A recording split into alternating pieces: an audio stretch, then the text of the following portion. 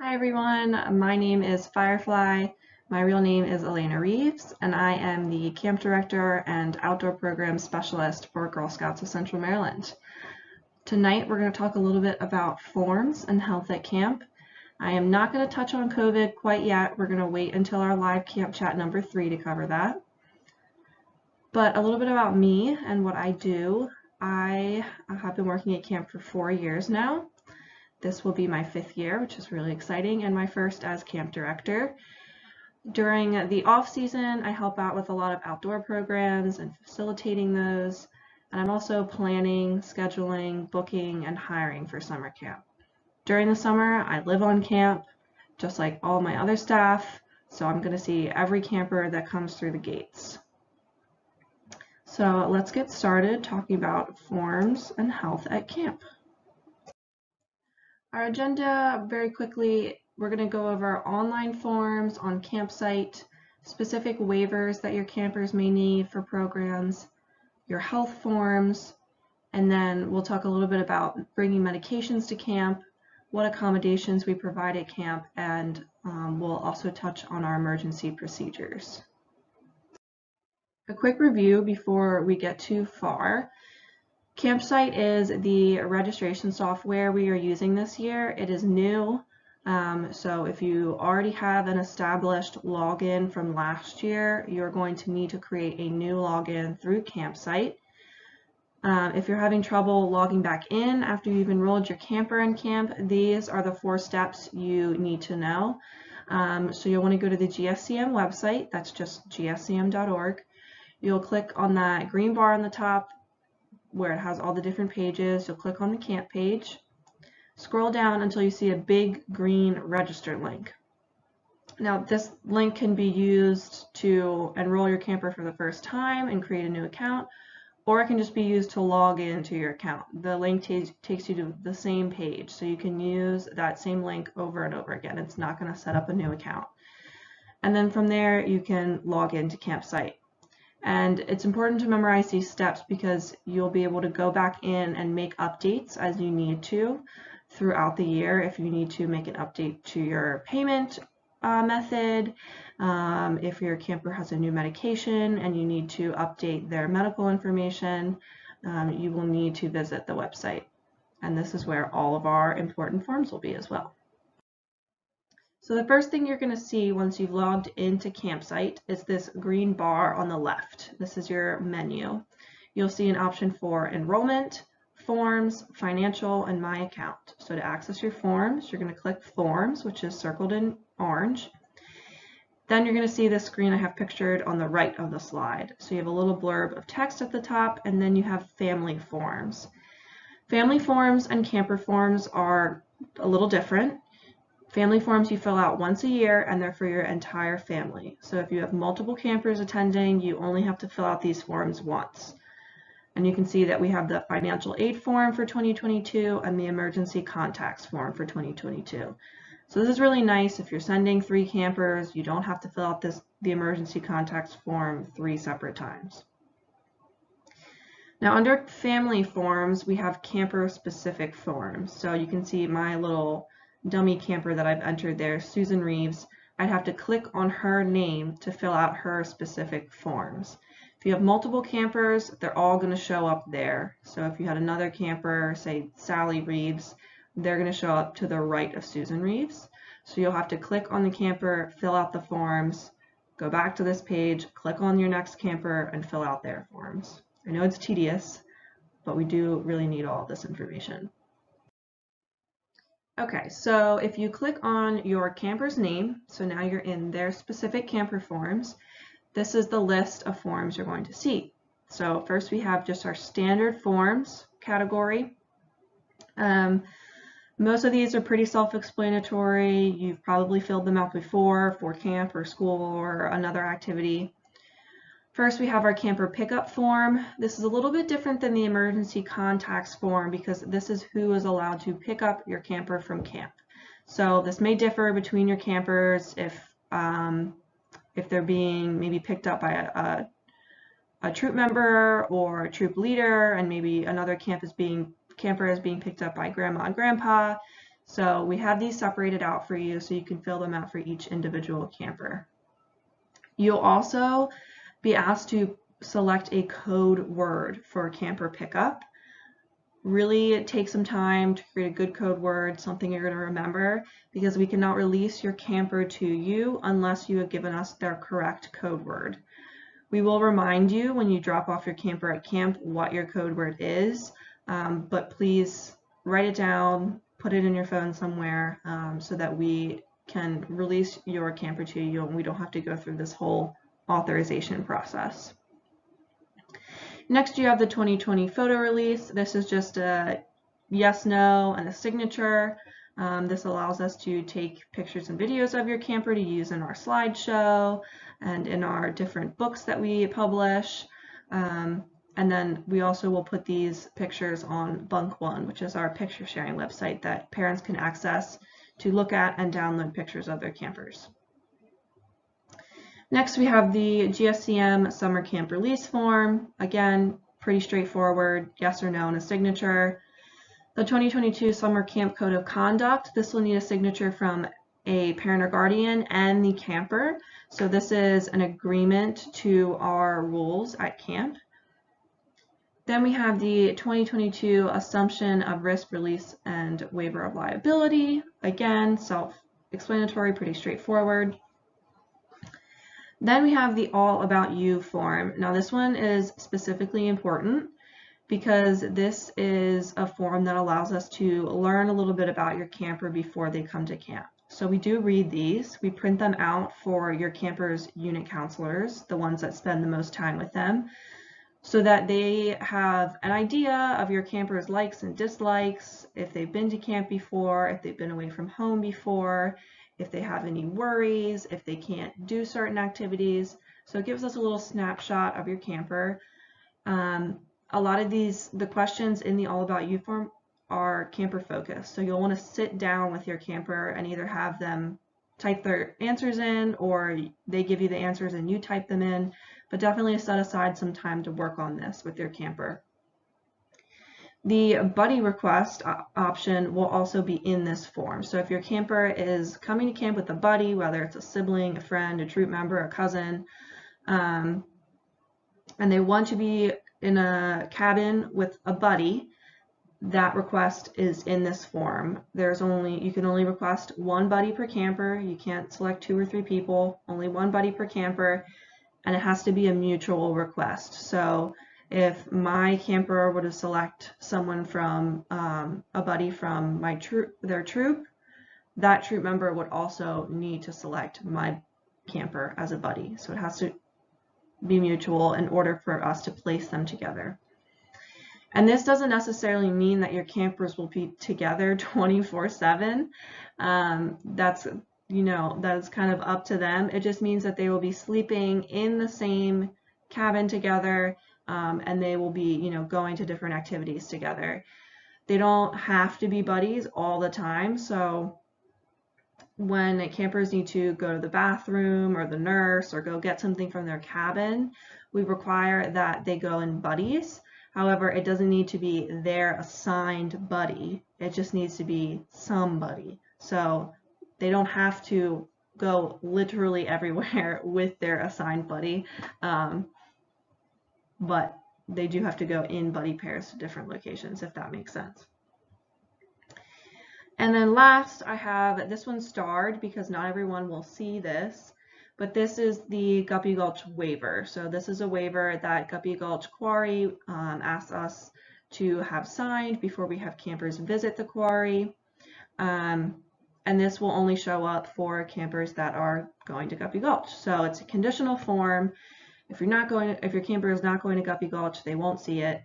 There will be a few other conditional waivers that will start popping up in the coming weeks once I get them from the organizations. So if your camper is going to like Sandy Springs or Ultimate Water Adventures, they will also have a waiver which I will be adding on. All right, our next section of forms is medical forms. So this is just under the list of standard forms. It just keeps scrolling down forever and ever, all these forms. We have a 4-part health history form. It starts with part 1, which covers camper allergies, their diet information, and your insurance information. Part 2 goes over their immunizations. It's pretty straightforward. You just click little radio buttons on which immunizations they have and the date they received them. Part 3 goes over medications your camper is taking at camp and forbidden over-the-counter medications. So our health center does stock some over-the-counter medications for camper and staff use. They have to come into the health center and request it, and then our health center staff will log that medication. This includes Tylenol, Benadryl, calamine lotion, aloe, cough drops, swimmer ear drops, and some other things like that. If your camper is allergic to one of these medications or you don't want them to have it, you'll want to select them on the forbidden over-the-counter list. If your camper is okay to take all these medications, you just leave that section entirely blank. So again, if you don't want your camper to take a medication, you need to make a selection on the forbidden OTC list. If not, they're all good. You don't mind them receiving this medication at camp, just leave it blank. And it's good to read over this list because you never know what your camper is going to need during camp, and then you also don't have to worry about sending these medications with your camper. So you don't have to send Tylenol if you know your camper might get headaches from being out in the sun. And then health history part 4 is their general health history, surgeries, allergy reactions, that kind of thing, and also their primary care provider information. Excuse me. There's also a space for their dental provider information and their orthodontist. You don't have to put it in there, but you can if you want to. And that's all the health history forms. So those are all web forms. They're all online. You type in your answers, you save it, and then we have access to that information immediately. And all of these forms are due June 15th. The last 3 forms are all printed forms. So these ones are a little more tedious because you'll actually have to print out the blank form, fill it out, have it signed by a primary care provider, and then re-upload it to this same place, which I'll show you in a second. These are a little bit more specific, so you might not need to submit all of these. You might just need to submit a few. So the medication administration form, that's for campers bringing and taking medication at camp. If your camper is not taking any medication in camp, they're not bringing it, you don't need to fill out this form. If they are, you'll need to fill it out in its entirety, have it signed by their primary care provider, and re-upload it. Specialized healthcare form is for campers with action plans, so if they have an asthma action plan, or an allergy action plan, or they just need some additional accommodations that you'd like to document, this is the form you would need to have filled out and signed. Health exam trip and travel is for our travel campers who are leaving camp. We have to have this for liability reasons and also to know how to care for your camper if they are away from camp. This will require that they have a physical within a certain date. That date is listed on the form. If your camper has had a physical after that date and you haven't filled out this form yet, you can print it out and send it to your doctor's office, and then they can fill out what they need and sign it.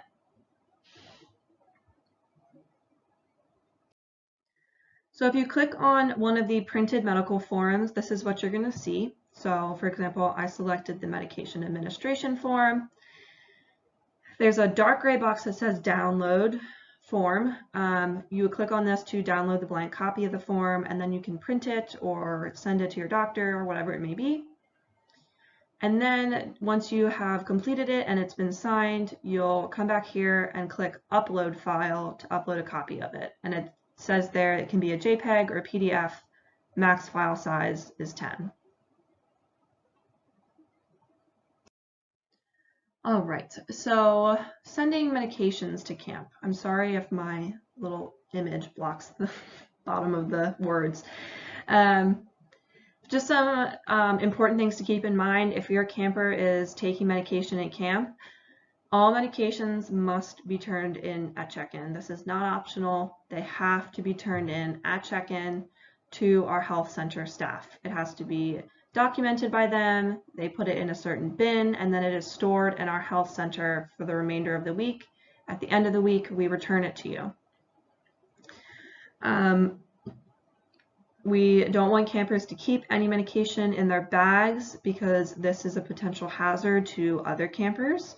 You never know what other campers may think that medication is, and trust me, you just don't want to have that weighing on your mind. So please turn in all medications at check-in so that we can administer them properly. Medications have to be documented in both Health History Part 3 and the printed medication authorization form. So on that last slide, I'm not sure if you caught it, but I said that medications had to be documented both in Part 3 and in the medication authorization form. So I know this is a little anal, but we do this because we need the paper authorization form with the doctor's signature, but we also need quick and easy access to all of their medical information, which we're only going to get if it's submitted through this online health history form. So our health staff doesn't have time or energy to sift through all these papers to find out the dosage your camper is supposed to be getting of something. We have it all submitted online. That way they can pull up an easy report telling them what camper is getting what medication, how much of it, and at what time. Keeps everything really organized. All medications need to be in their original packaging. This includes over-the-counter medication as well. It needs to come in its original box, bottle, bag, whatever it may be, so that our health center staff can see the dosage information on it and all of the drug warnings. We cannot administer medication that's just in loose bags or little blister packs. We need to know what it is with the full directions. And then I suggest if you're sending multiple medications, or even if you're just sending one box of something, that you put it all in a gallon Ziploc bag, and then you Sharpie their name and program name on there. So you would say Susan Reeves, Wet, Wild, and Cool. That way our health center staff can easily access it. It stays nice and dry and contained, and then we just hand that bag back to you at the end of the week. All of our medication is administered by trained healthcare professionals, and our times for administration are before breakfast, before lunch, before dinner, and right before bedtime. So the campers will be either sent or called to the healthcare center when it's their appropriate administration time, and then they will go back to their unit. All of our emergency medications, so inhalers, EpiPens, etc., are kept with the unit counselors, so they are not kept in the health center unless you specify that's where you would like them to be. They go wherever your camper goes. So we have an emergency med bag with each group of girls that has a first aid kit in it and any emergency medications for that group. So it's never far away from your camper. And our entire staff is first aid and CPR trained, and we also go over how to administer an EpiPen or an inhaler in an emergency situation. And just to go over what the word medications means at camp, medications include over-the-counter drugs, vitamins, supplements, ointments, drops, etc. So any substance that is used for the well-being and health of your camper is a medication to us, and all of which needs to be turned in at check-in. Every now and then we have a camper who forgets they have cough drops or eye drops in their bag, and we will have to confiscate that from them and keep it either in our office or in the health center until the conclusion of the week. If it is not turned in, if it is not documented, we cannot legally administer it to them. So just be really diligent about filling out all the documentation for all their medications. And then just a side note, we do not provide ibuprofen, Aleve, or Midol through our health center. So if your camper typically takes those for headaches, cramps, whatever it may be, you will need to send that medication with them and document it.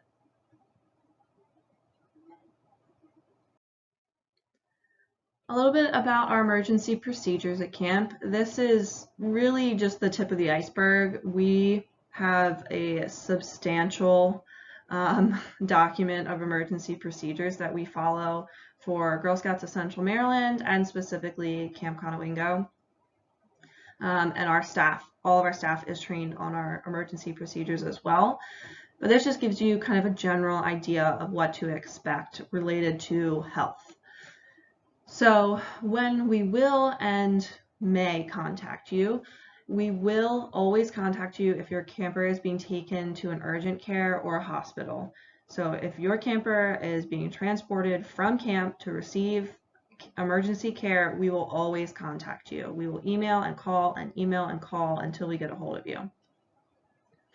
We may contact you if your camper visits the on-site health center for treatment. So there are cases where we will reach out. Maybe we have a question for you about how to provide care to your camper, or not really sure what the best next steps are based on your individual camper. For example, maybe your camper twisted their ankle and they seem pretty comfortable. We're icing it and resting it, but we're not sure what your preferences are and if you want to go get the ankle x-rayed or not. So in that situation, we call you and figure out next steps. If your camper comes in for a bee sting and we treat it and we ice it and they're good to go and they go back to their group, we're not going to call you about it. There's no use worrying you, and you'll definitely hear about it at the end of the week anyways. If your camper presents with COVID symptoms, a fever, head lice, or any other condition deemed severe by our health center staff, you must send an authorized pickup to camp immediately. This is really important. So you want to make sure whoever you have listed on your emergency contacts and your authorized pickups is someone that we can reach fairly easily. Because if your camper does present with any of these things, we're going to expect that you get to camp ASAP. We cannot send your camper back to their group and back to activities. So they will have to sit in an area by themselves. Of course, they're being supervised, but they cannot take part in camp any longer once this has happened. And of course, we will call and email until we get a hold of you and work with you to figure out what next steps are. Parents will be updated via the parent Facebook page with information on severe weather. So if we're expecting extremely severe weather, you're going to hear from us multiple different forms. We're going to be calling, we're going to be emailing, we're going to be posting. But for a summer thunderstorm, which we experience pretty frequently, I will post updates on the parent Facebook page. It's really quick and easy for me to do. I can do it from my phone or from my computer. So if you just want some peace of mind, make sure you have joined the parent Facebook page. It says it's for resident camp parents, but it's for all camp parents, day or resident camp. And that will always be the first place that I post updates on things. Even if we're in a more severe or emergency situation, that is the first place I'm going to put an update because it's fast and it's easy for me. During a severe weather event, we do have designated shelters on camp. So we have multiple grounded buildings that are cinder block and concrete, and that's where we will shelter during a severe storm. Our dining hall is one of the designated shelters, so during a thunderstorm, we'll all gather in there, we'll do some type of rainy day activity, and ride out the storm inside. Any other life-threatening events, we have emergency procedures, very specific emergency procedures set for all of those. In the event of if we had to evacuate camp for any reason, whether it be an intruder, a fire, or a very severe storm, maybe we lost power, our evacuation point is the Conowingo Baptist Church, which is about 2-ish miles from camp. It's a really large church. They have lots of room for us. and they have been our designated evacuation point for years. So that's where we would kind of host pickup and transportation for everyone. We are also looking at and researching a closer evacuation point that's within easy walking distance of our campers in the event that we would have to leave camp entirely on foot. I will be, I'm working on this with my colleagues in the coming months, and we'll keep all parents updated. This will go out in an email if we make any changes to our current emergency procedures, so we will keep you in the loop. Last thing I want to talk about is accommodations at camp. So our accommodations go beyond where your camper is sleeping, what they're eating, and where they're going to the bathroom. We strive to provide accommodations for all campers, no matter what their ability level is, what their comfort level is, how they identify. So a few things we're specifically offering regarding accommodations. We do have changing areas scattered around camp, so if your camper is not comfortable changing in their cabin or yurt, we have little sheds with curtains in them, and they're welcome to use those to change in privacy. We're also adding increased privacy in our pool house this year. So before we had a big general room where everyone could drop their belongings and change, or they could change in the shower and bathroom stalls, which have doors. However, it got a little crammed in there sometimes, so we're adding some curtains and dividers to the big room of the pool house so that they can use those to change as well. We have menstrual supplies available in our health center at all times, so if your camper forgets to bring their supplies or maybe starts their period for the first time, we always have those available. And all campers have a confidential relationship with health center staff, so if they are starting their period for the first time, or maybe they have nighttime incontinence or have some other condition that they want to talk about with health center staff or need some assistance with, that is a confidential relationship. It does not go out to other campers or other unit staff. The only people that health center staff would discuss it with would be myself and my assistant camp director, and that's really only in necessary situations. So if they felt that we needed to know to protect the health and safety of the camper, they would tell us. If not, it remains completely confidential. We also offer laundry if needed in certain circumstances. So if your camper has an accident or maybe just slips and falls in the mud and they really need that jacket for the rest of the week, we can run a load of laundry for them. And then in our dining hall, we have vegetarian, vegan, and gluten-free options for meals. And my first year at camp, I was a vegetarian, and I can certify that I had just as many options as everybody else, and the food was of the same quality. So we strive to offer some really great options for those kiddos as well. That is all I have for health and forms at camp. Our next session is about a week from now. They are Thursday nights at 6 p.m. on Zoom. If you need the information or the schedule for them, it is on the parent Facebook page. It is also on the Girl Scouts of Central Maryland Facebook page. And I will be uploading any future sessions on here to the YouTube as well. So thank you all for coming, and have a great night.